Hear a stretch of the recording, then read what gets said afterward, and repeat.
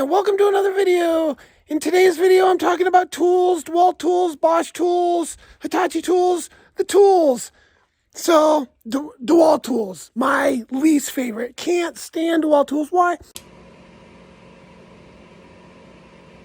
So what really made me start hating DeWalt tools is when I bought this heater. That's like a little buddy heater, but it was a DeWalt. And I bought that thing, and it didn't work. I made videos about it, okay?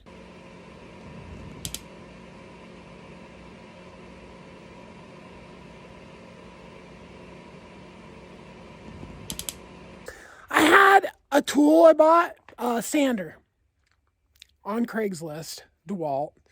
And I ran it for whatever. I just didn't need a sander much, right?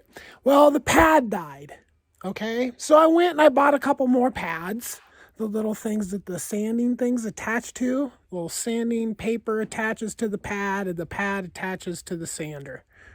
So I bought a couple more of these pads, and the sander died. So now I got these pads and no sander. So I buy a sander. Another DeWalt. Now I have all these pads. And the pads, so I had 3 pads and a new sander, and the pads are all dead, right? The last one died yesterday. And to make sure that I wouldn't just go out and buy new DeWalt pads, I smashed the DeWalt. Tools are crap. Absolutely crap. Garbage tools. Screw DeWalt. So that's what started me to hate. And I was like, I'm just going to get rid of all my DeWalt tools. I didn't realize I had so many DeWalt tools when I was thinking that I wanted to get rid of them all, right? And I ended up with DeWalt tools because I moved out here and all my tools were locked up and I couldn't get to them. So I had to buy like a grinder. So I ended up in Prineville is like DeWalt Fanatics, I think, because that's all the tools you find in Prineville pretty much at the Par Lumber and the Napa. So I bought a grinder, and then I bought a backhoe, so I needed a grease gun, and I bought a DeWalt grease gun, and it broke. God, it was expensive, hundreds of dollars, and it started shooting grease out the back, okay? So I took it back, they gave me another one, and that one has worked since. And it comes with this battery, and that's what I bought the heater for, is because I had this DeWalt battery that only DeWalt tool that it worked in was the grease gun. So I bought this heater, and the heater didn't work. And I'm like, wow, I really don't like DeWalt tools. I'm just going to get rid of all my DeWalt tools. But then I started putting my tools in toolboxes and getting all random. Oh, here's another DeWalt tool. So I had a DeWalt sander, the thing I smashed yesterday. I had a DeWalt planer that I bought to do my door, okay? And like I said, a grinder, okay? So the grinder, I just decided to throw it in with the concrete tools and put a concrete grinder blade on it. So if I ever have to do concrete grinding, I got that. I'll just run the shit out of it. Don't care. Okay, I'm not going to throw away a perfectly good grinder. And with the sander, I'm using the sander, and it worked for part of the day yesterday. And then the pad, just does what the pads do. DeWalt pads do, because I've gone through like 4 pads and 2 sanders now. So, well, the second sander didn't die. I smashed it. You want to know what I think about DeWalt tools? Well, I've already done a little work to it. So, I have had tools for years, okay? And I've had these Bosch screwdrivers that are 10.8 volts that I've had for literally like 15 years, and they still work.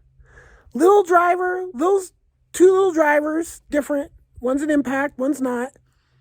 Little batteries, all the batteries, 10.8 volts, still work, still hold a charge after 15 years, okay? So at that same time when I bought those, I bought a Hitachi drill, Sawzall, light at the same time, right? And I used the heck out of that Hitachi for years, to the point where the batteries were almost junk. And then I was in the middle of a big project. It fell off a ladder and broke in half.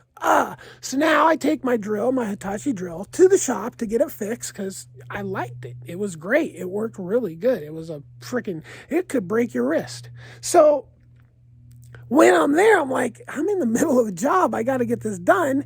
The first generation of Bosch Freak drill driver set was out at the tool repair place, which they're all about high quality tools there. And so I bought that.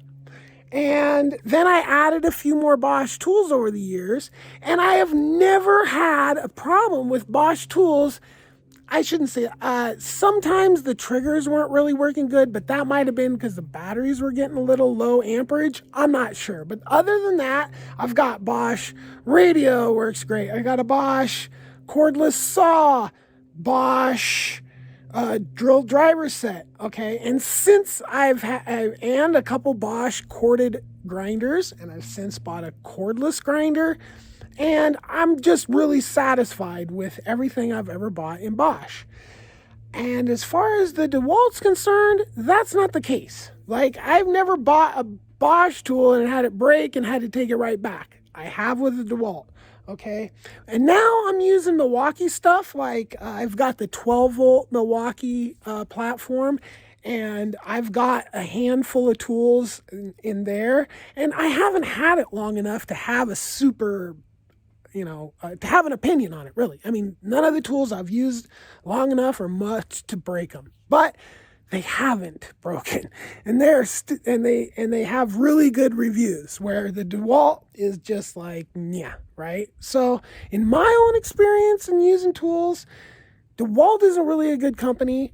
Milwaukee is, Ego is, Bosch is, and then there's a lot of little companies that make stuff and like these tough built sawhorses. Those are really good, but those are like built, like all these companies, they like build a bunch of tools under, I think there's like maybe 5 companies that build all these tools, but there's like a couple hundred different brands or something like that.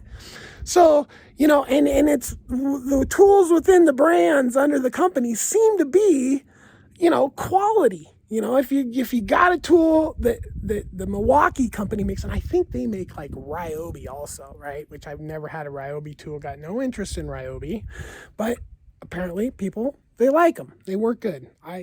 Not for my level of tool use, not really, what. So I smashed a DeWalt sander.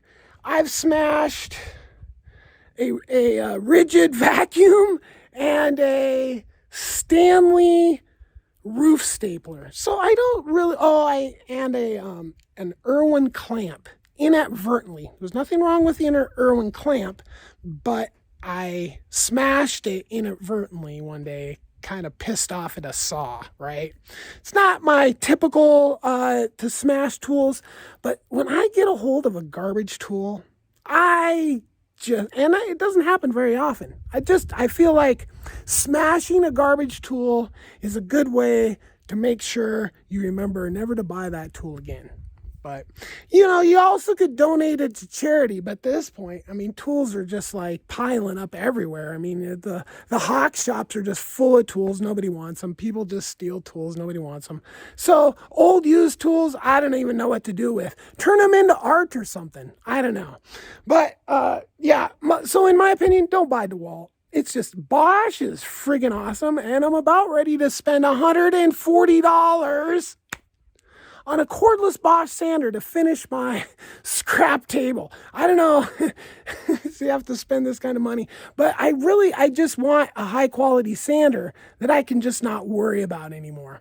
Now, will the little pads give up on those? I'm not sure. But like I said, I had a whole nother DeWalt sander that just croaked. Right? And it wasn't used a bunch at all. But sanders should, those things should last for 15 years, like a driver, a drill, a driver. It's all the same motor going around. So if it's going to die, get rid of it. All right. I'm sure this fascinated so many people. Have a great day. Peace.